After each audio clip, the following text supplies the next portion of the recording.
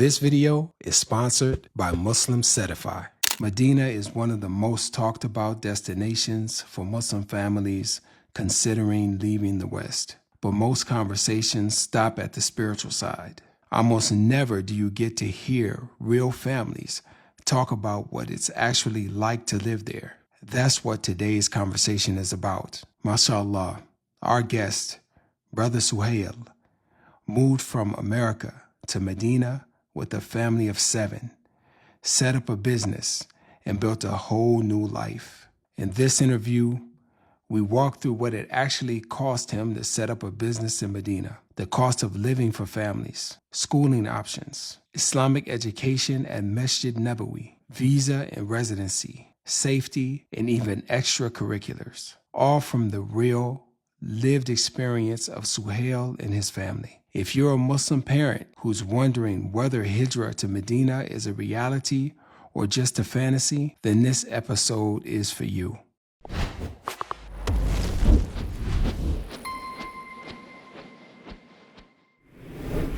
Are you tired of the 9-to-5 trapping you? Are you unable to relocate because finding remote, halal income is a major obstacle? Then you need to consider Muslim Certify. Muslim Certify helps Muslim men earn anywhere from $2,000 to $10,000 per month by becoming appointment setters for online businesses. Imagine earning a thriving income with just a laptop and an internet connection, giving you the freedom to live anywhere in the world and make hijrah without financial worry, inshallah. Muslim Certify has over 150 brothers in their program with plenty of success stories. Check out the link in the description for more details. All right, bro, it's a pleasure to have you on the channel. I've been following your videos about you and your family in Medina. For those of us that don't know you, could you introduce yourself and tell us a little bit about your background? Yeah, so we are a Palestinian American family. I was born and raised in the United States, and we moved to Medina about a year ago with our 5 kids, alhamdulillah, and we are a homeschooling family as well, so we homeschool our kids, even here in Medina. MashaAllah. MashaAllah. So why did you choose to move to Medina out of the other Muslim countries around? Why Medina? I just felt like the environment here was much better to like raise the kids versus other like Muslim countries. It's just like subhanAllah, Medina, like what better place, to raise your kids and to move to and live, long term in the Middle East than Medina, alhamdulillah. Close to Mecca, you got the Haram and just the environment in general. So, I mean, did you travel to Medina before you decided to move? Yeah. Or like what gave you the impression that you can actually stay there? Yeah, I lived in Medina before. I'm a former Islamic University of Medina student, so I was Oh, mashallah. Okay. very familiar with life in Medina and Medina in general. So that was a plus. Mashallah. Yeah, a big thing. Because I was when I went back after the Islamic University days, I was my goal was always to come back and live long term in Medina. So alhamdulillah, it just became a reality. I guess around that time, I'm not sure, but I know that it wasn't that easy to go to Saudi Arabia before. Like you had to be there for a specific purpose. Right. And even if you wanted to make Umrah or Hajj, you had to actually go, Americans at least, we had to go through the embassy or the consulate in the States and all this extra stuff. So if you were already here in this side of the world, it was very difficult to go over there. But that's changed, obviously. So when did you learn that it was possible to have like a long-term visitor visa or business visa or what have you over there? Mm-hmm. I mean, even during my university days, I did hear about that, like a 5-year visa. Okay. I didn't really know how to obtain that 5-year visa. And then I would say like around like 2020, anything after like COVID, when I was really thinking about like moving to Medina with my family, and that's when I was researching, online. and I found a few agencies that offered this a 10-year visa, which is similar to the 5-year. So yeah.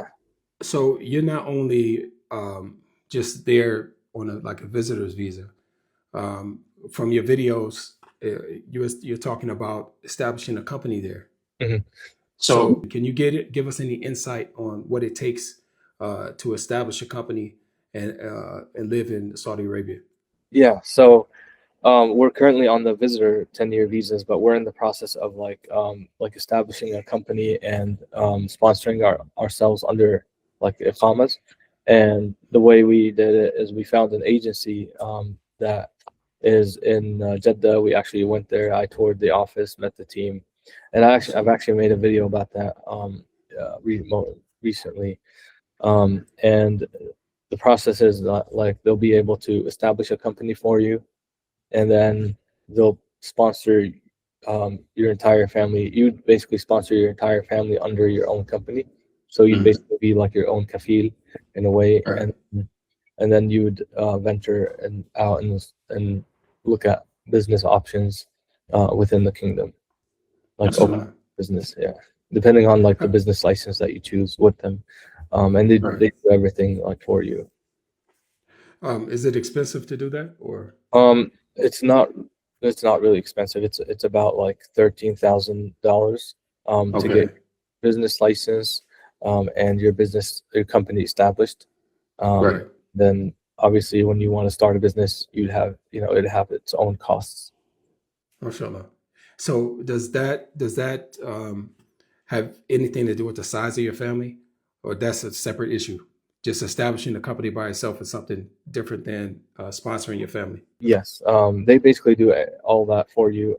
But then you would have Mashallah. yeah, they would just establish the company and then sponsor yourself and then your entire family under the company, pay all the government fees, and then after that, you'd have to open a business, and then you still have to like pay like yearly annual business fees depending on the Mm. size of your family. Yes, so each dependent you pay like a certain amount per month. I believe it's around like 400 riyals per dependent Right. per month, and then that would be like the annual fee that you have to pay around. So I would say like a family of like five, it'll be around like $10,000. Per year. Yes, annually. Mashallah. And that doesn't include the business fees. That's just for the sponsorship. Is that right? Correct. Yep.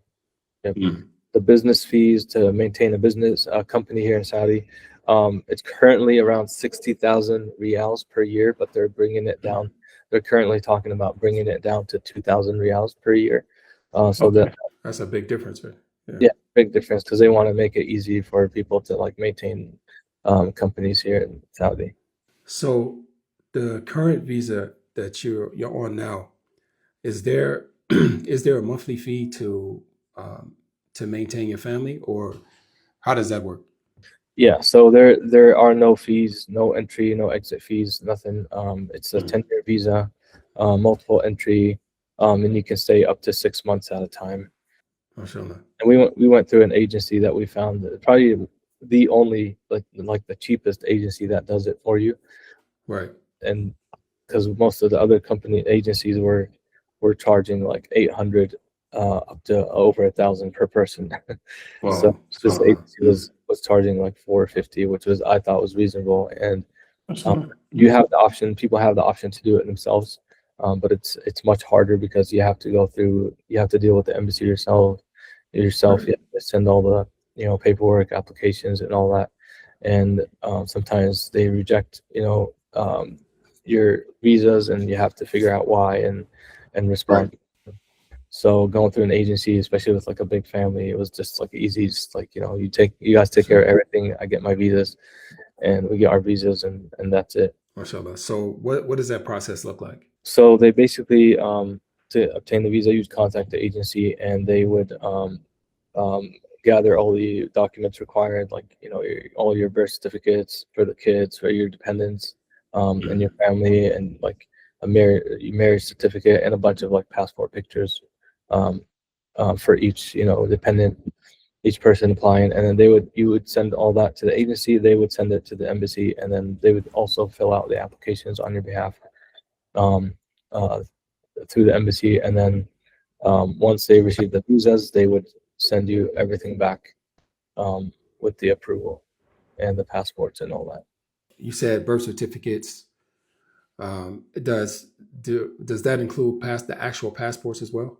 Yes, actual Okay. passports, birth certificates, sometimes a marriage license, and um, a passport pictures for each person applying, and the Right. application, of course, and then like other uh, things like I believe like a copy of the passport as well for their use. Okay. So did I mean how was that process of using the agent? Did you feel at any time that um, it may be some difficulty, or it took longer than expected, or you couldn't reach the person, or anything like that? No, I mean we gave them the time that we were gonna be traveling, um, and it really they cannot guarantee that they'll get the approvals on time. It just depends Mm. on if the embassy rejects anything, or they could reject one person out of the family, and then you have to send more information and stuff like that. Or Right. we did go through like a hiccup with the process. I think the one of my kids' like birth certificate was incorrect on the application, so they rejected him. Mm. We have to figure out why, and then we have to resend the information. So things could happen, but going through an agency, they make sure that everything is properly entered, and to make the process like as fast as possible. Download our free guide to Saudi visa and residency types and get clear, practical insight into the options available to you, who they are for, and how to get started. This guide is the first step to planning your move with confidence. Visit saudi.makehijrah.com and get your free copy today. So this is the process for American citizens. Is that right? Correct. Yep. This is only Okay. for U.S. citizens. So do you know if there's agency for different countries? Are you familiar with that? Yes, we do that. We do know that the UK people from the UK, there's like an e waiver that they're using, and it also Okay. allows them to stay up to 6 months at a time.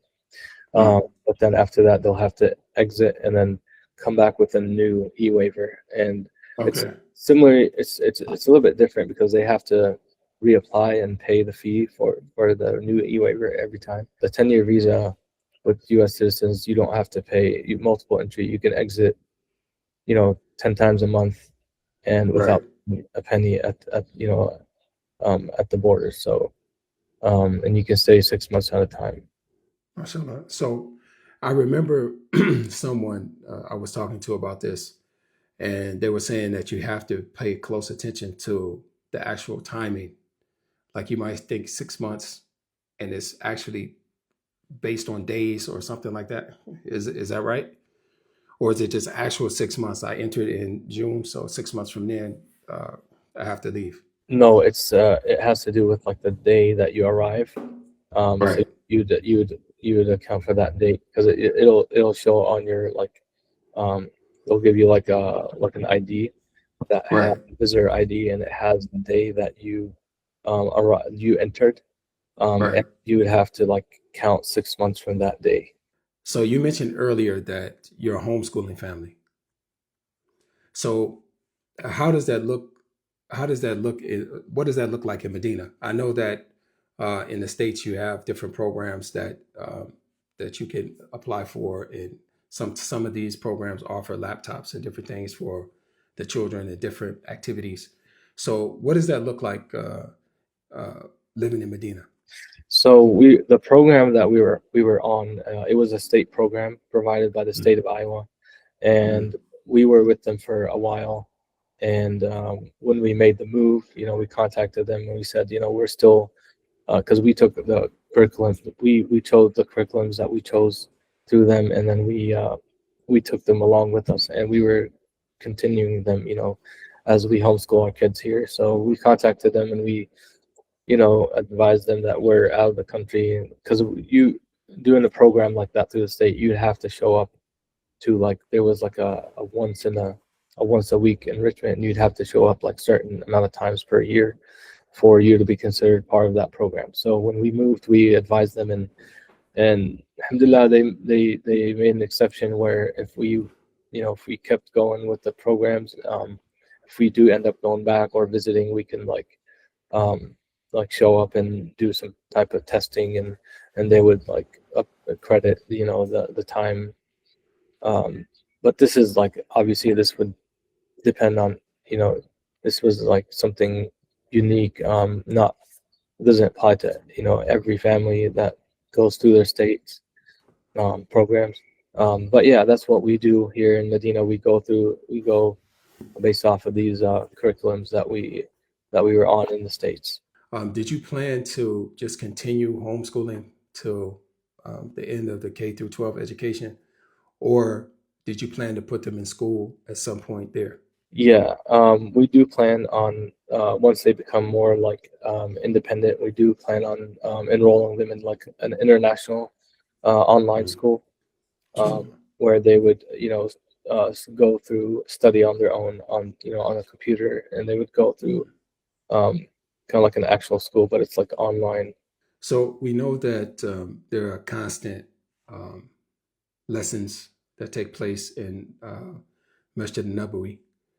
Um, how do you plan to integrate that, or do you plan to integrate that into your family as a whole's education? We do send them to Quran classes and Islamic study Mm. classes in the morning.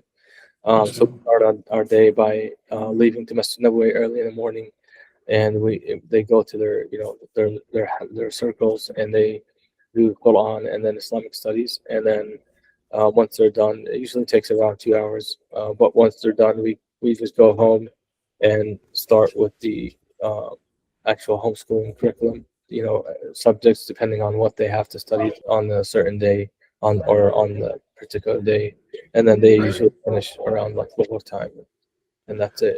You know what, man? You said that really casually, you know, but that's a big deal to be able to go to Masjid Nabawi and study Quran or Arabic or anything.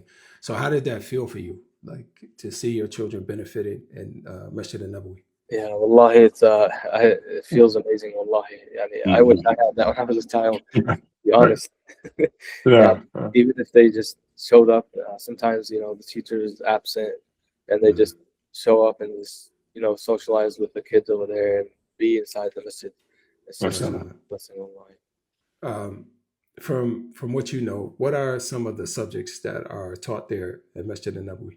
Wallahi, any subject you could think Mm, of, subhanallah, from Arabic to Sirah, Hadith, Fiqh, mm. uh, subhanallah, the Haram itself is a university, and they actually have a Mashallah.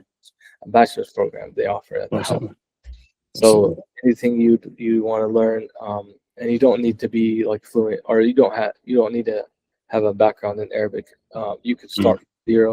There are programs that start you from zero, and they usually take around like 3 4 months, and you would be able to read the Quran. Yeah, that was actually a question I had for people that might feel intimidated, like they don't know any Arabic, or they might feel that they need a special program for people that have to learn Arabic as uh, people that don't speak it.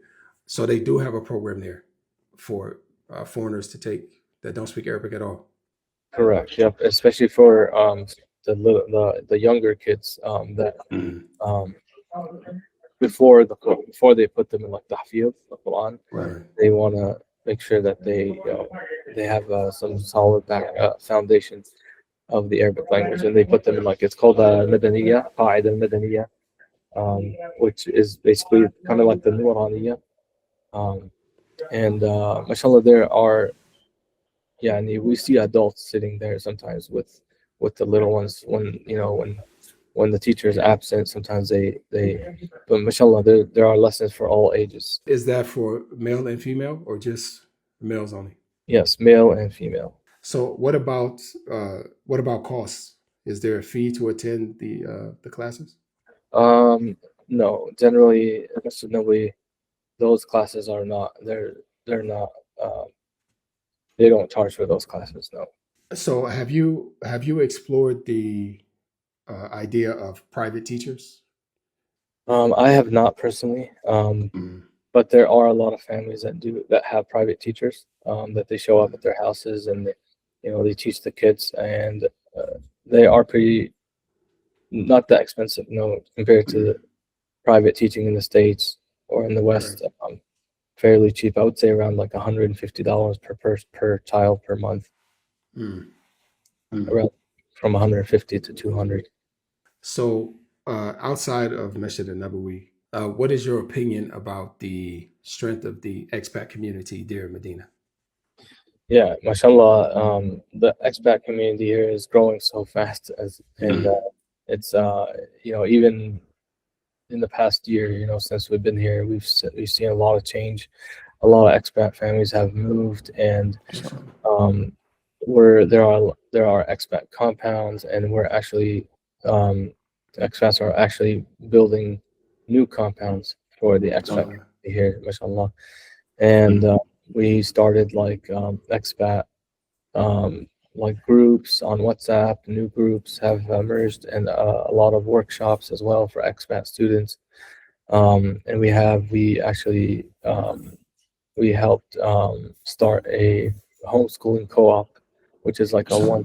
once a week um, type of thing where all the homeschool kids gather, and we do they do activities that you know like STEM type activities where it Mm. involves like math, science, kind of like a um, uh, hands-on activities.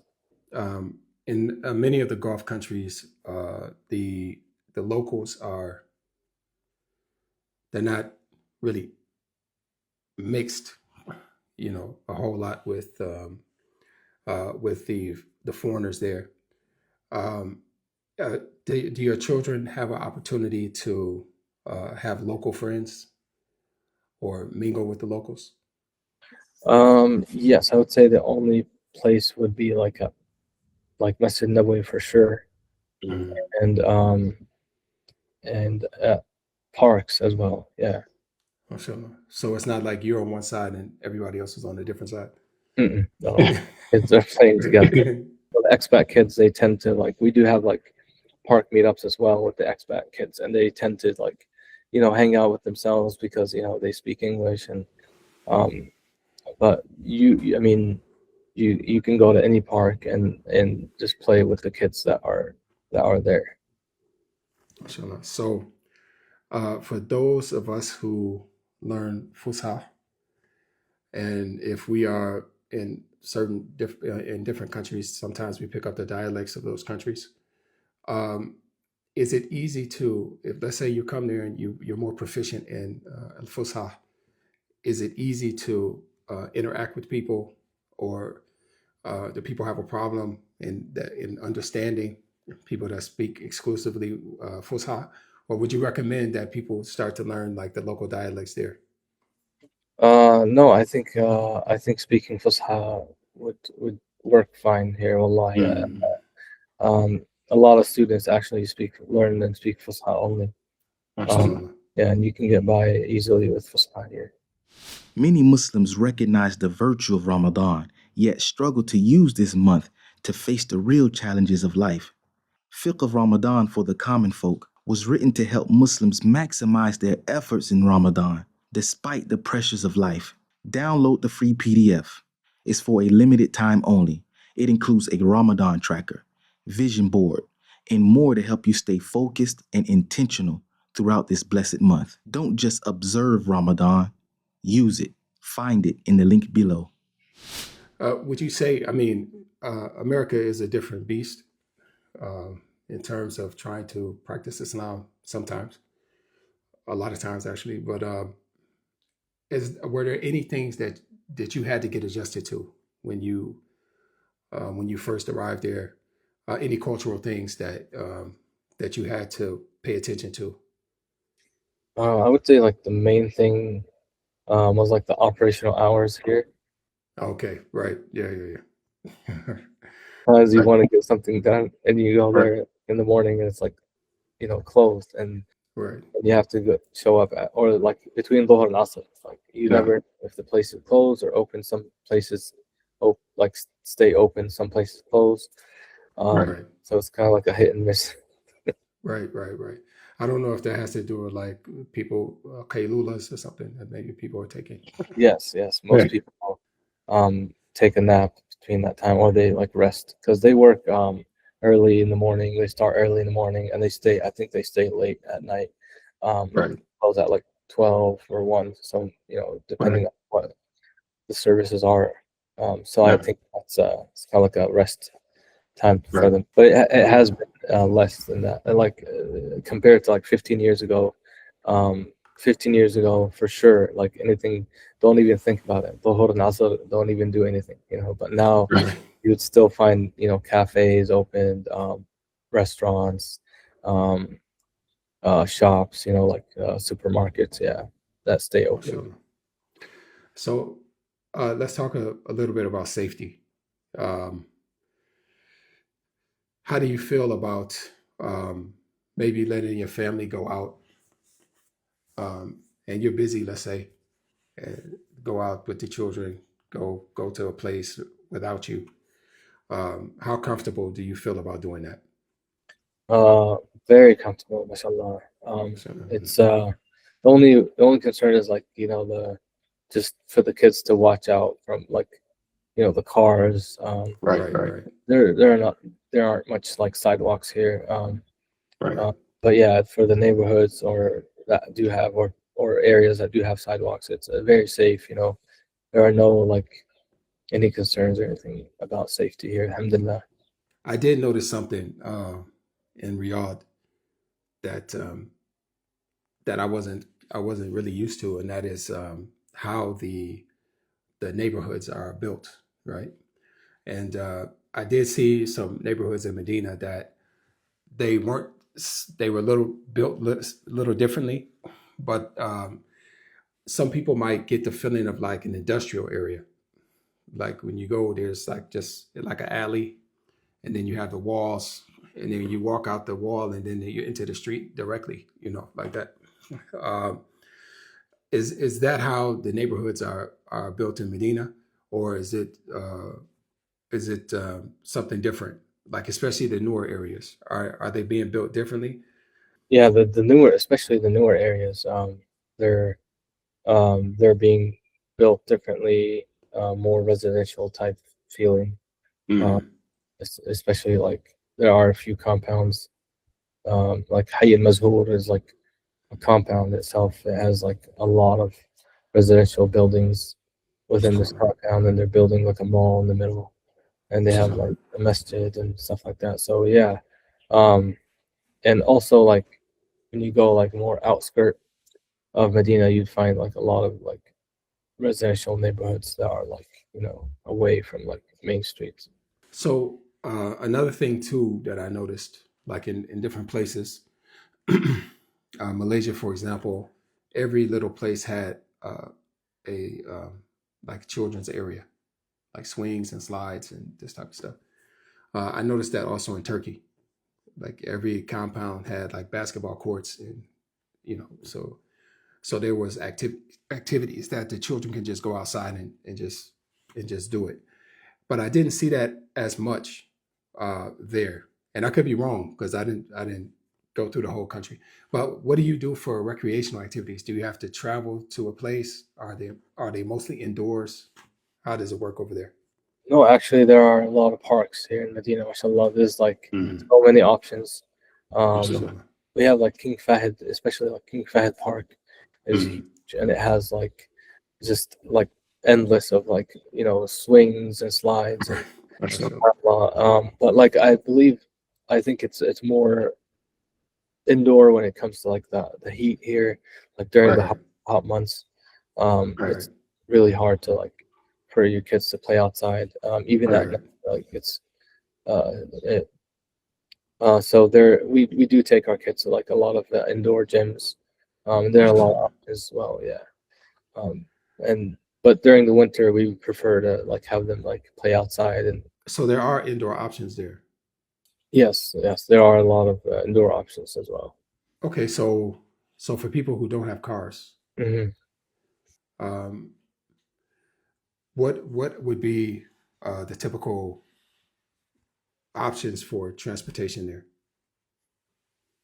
Um, they do have the Medina bus, which is pretty affordable, and it does stay late.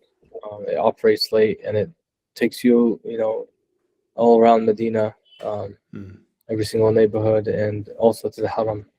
Um, Inshallah. and as far as like to be comfortable here, honestly, you would have to have a car, especially when you have a family. Like Right. it is very like essential to have a car for your family to get Mm. around, to go to Masjid Nabawi.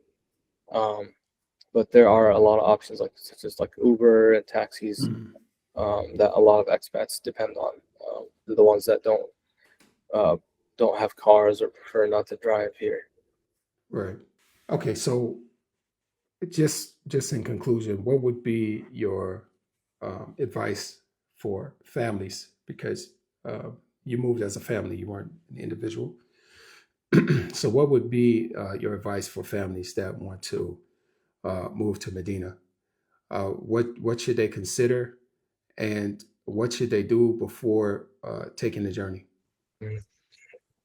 I would say the main thing is to like do due diligence in everything, in every Mm. aspect, in like housing, transportation, and most importantly is to have like just secure like a source of income, Mm. and to just take their time and not like rush it.